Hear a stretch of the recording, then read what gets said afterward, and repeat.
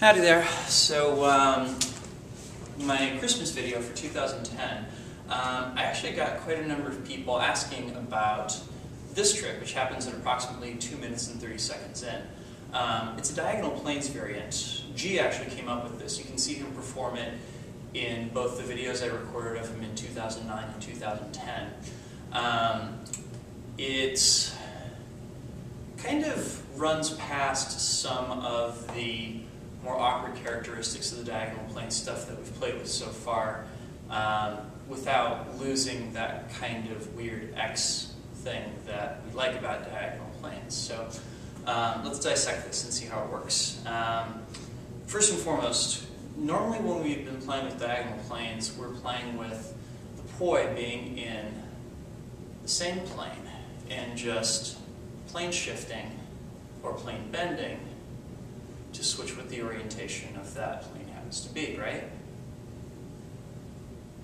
Which, you know, can be a little bit awkward. There's no doubt about it.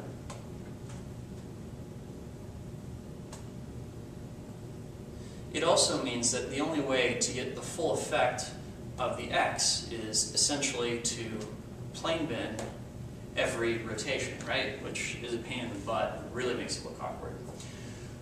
What makes this fix that problem is that the poi are never actually in the same plane. I have my right hand tracing from top right to bottom left, and I have my left hand tracing from top left to bottom right.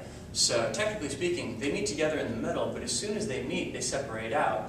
And on neither side, that hand goes up, come back together, switch to the other side, native hand goes up, come back together, and out, right?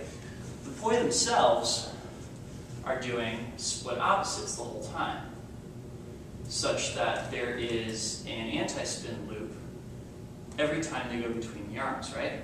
This is what it looks like from the side. And this is what it would look like if I was just doing it vertically.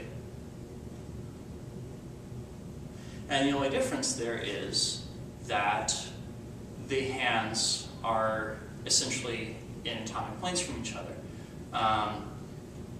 You could think of this as being together L from Mikey's breakdown of atomics.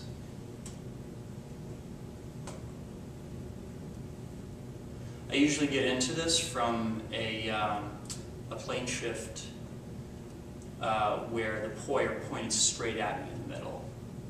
So they go inverted for a second, basically. That's honestly just pretty much my favorite place to do a plane shift anyway. So from the side, as we're doing our plane shifts, we shift into diagonals,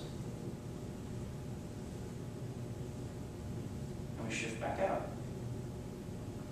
Now, the thing that I thought was cool about that section of the video, and I don't know if any of the people asking about it specifically were asking about the tail end of it, was trying to figure out a way of getting out of diagonal planes that didn't involve coming back through the middle.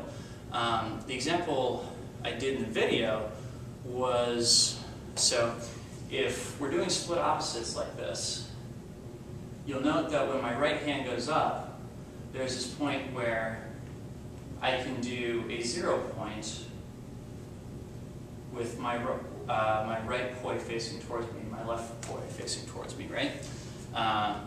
It also exists in the diagonal plane.